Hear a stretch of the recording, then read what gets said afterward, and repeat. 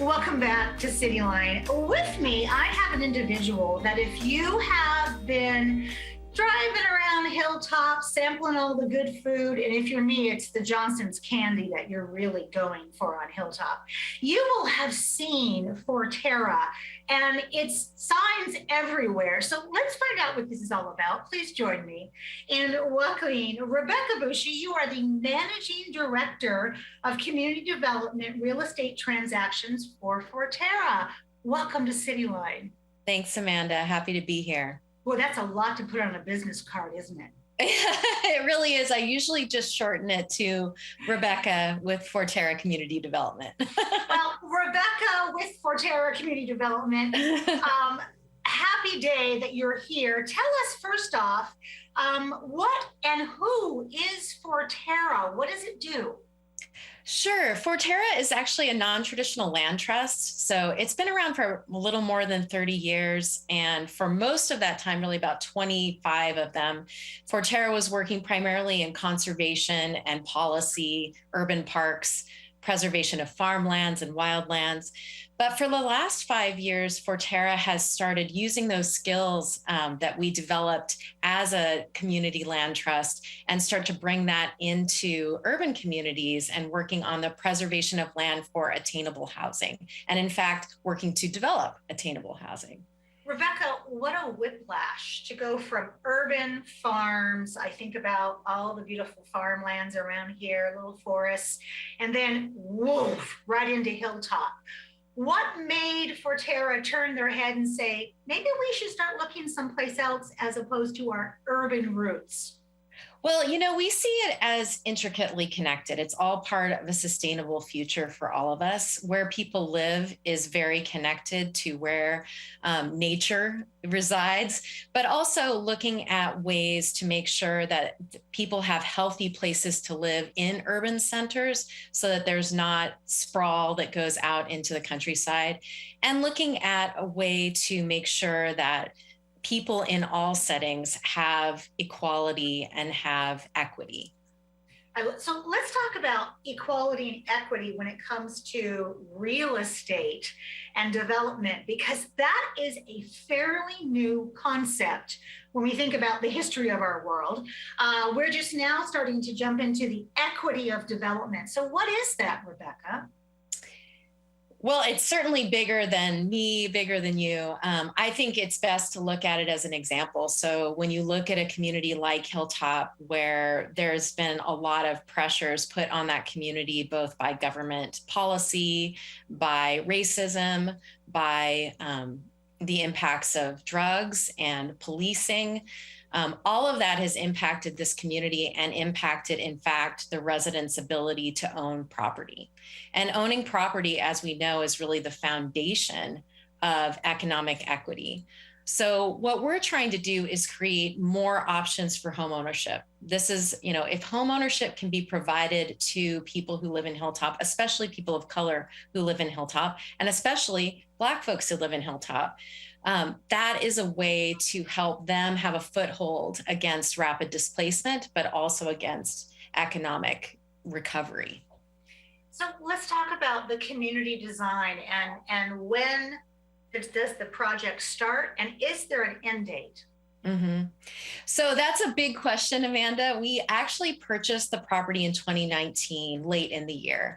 And since then, we've been working with the community directly to design what this development will be. So when we come in, one of the reasons I think we were invited in is we don't just come in and have our plan all set and just drop it down on the community. It's a process we partner in. And we've been working particularly with Fab 5 on a process of community-driven design through their Design the Hill 11th and MLK initiative for over a year now, almost 2 years. So your question is, when will we start? When will we end? We're in concept design now. We will likely break ground in 2023, and we'll complete a year and a half or so later.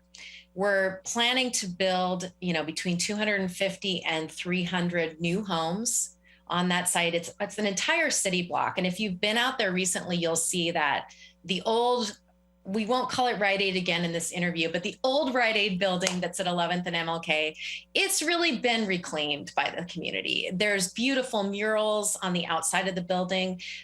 That's something particularly that the Community Investment Council, which is our advisory team of residents, really wanted to see this site come back to life. And boy, do you see it now. The murals on the outside, kids having camps on the inside. There's a Bite of Black business market on the weekend.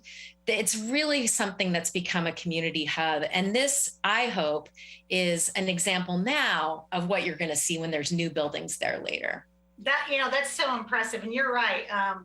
That area, for as long as I have been in the Hilltop area, the past, 20 years, that corner has looked different almost every single time I get out of my car. But now it looks the best because of the murals, because of the energy going on. Rebecca, is that a model that Forterra will use elsewhere as it looks at the city of Tacoma? I think not even just in Tacoma, but throughout the region. There's a lot of things that we're looking at in this development particularly that we hope will be a model that we can use in other communities we're working, but also other developers we hope will use. The model of partnering with community instead of people wondering what's behind that fence and that uninvested area, what's happening, not knowing. Instead of that, having a place for community at the table and developing what that will be. Being able, for us, we're so privileged to be able to listen and partner with community and hear what they do need to grow the vision so that it can respond to that. Of course, we can't do everything that the community needs, but to the extent that we can all be listening and learning from each other, everyone's capacity to do something that will help community grows.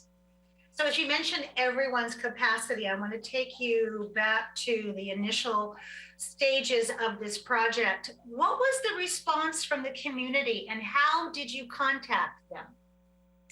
So we were actually invited in by community leaders initially to look at the property. It had been, as you know, an abandoned site for 7 or 8 years since the store had closed.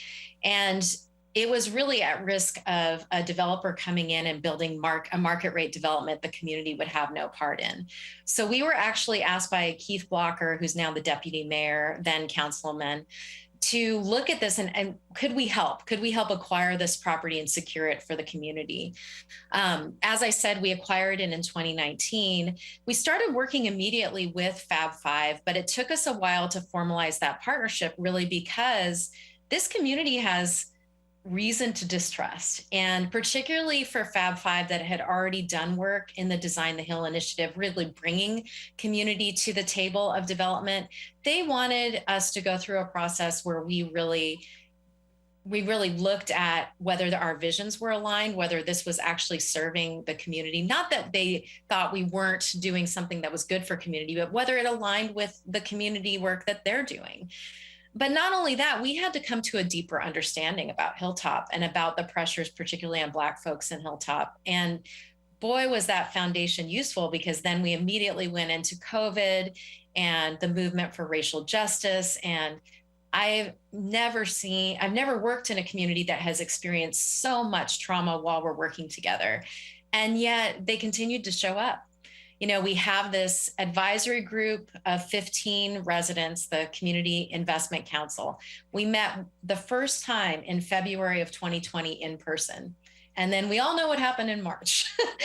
So in April, we spent March figuring out how are we going to continue this work. And we found a way to continue it virtually. It involved making sure everyone had the right technology, that everyone knew how to use it. It involved us getting creative about how we could build our partnership in this realm. And then they helped us with Fab 5 to really strategize how would we broaden that in community. And these design labs that we had envisioned as these in-person tactile events, how could we do that And, really we had to start with our community events. We started with just giving a space for community to talk to each other and listen, a place for them to express the stresses they were under. We didn't even talk about the project for 3 or 4 meetings because really the trauma of the community needed a space.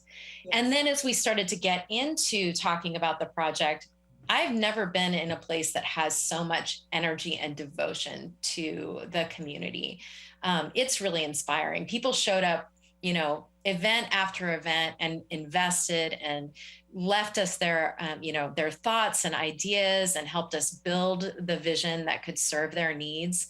We started to talk a lot more about that commercial space on the ground floor and how that could be a place that could foster businesses that are owned by Black folks and other people of color in the community, how we could work with other organizations to help those businesses be ready when this space is ready.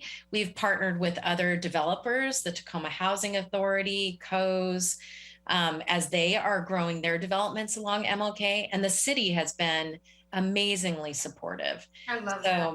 We're very fortunate. It's been a really positive process. So Rebecca, in this last 2 minutes, give us an idea of what the final project will look like when it's finished. That's a great question. So in our last design lab, which was about 2 months ago, we showed the community some concepts for what this could look like. 4 buildings that are built out of cross-laminated timber, which is a beautiful wood product that's sustainable. It embodies carbon. And that space, that having those 4 buildings kind of placed on the site in a way that creates open spaces for the community to move in and through, beautiful commercial spaces along MLK and 11th to really help support the community's thriving business district, and homes above, 5 stories of homes that will be for community residents and those who want to help build up this community together.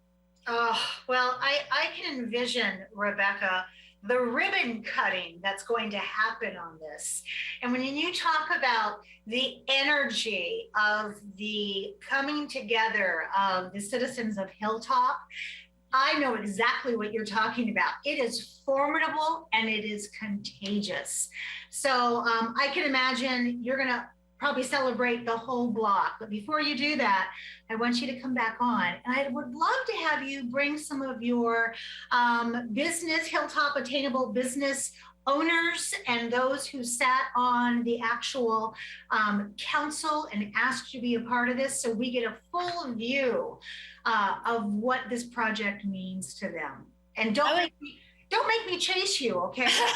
Absolutely. I would love that, Amanda. And I would love to have the community come and speak to you. I can also share with you a video that we have where the Community Investment Council is really talking about this work and what it means to Hilltop. It's been, and hopefully your viewers can see that too, but it's been every day is an amazing opportunity to work in this community. Absolutely.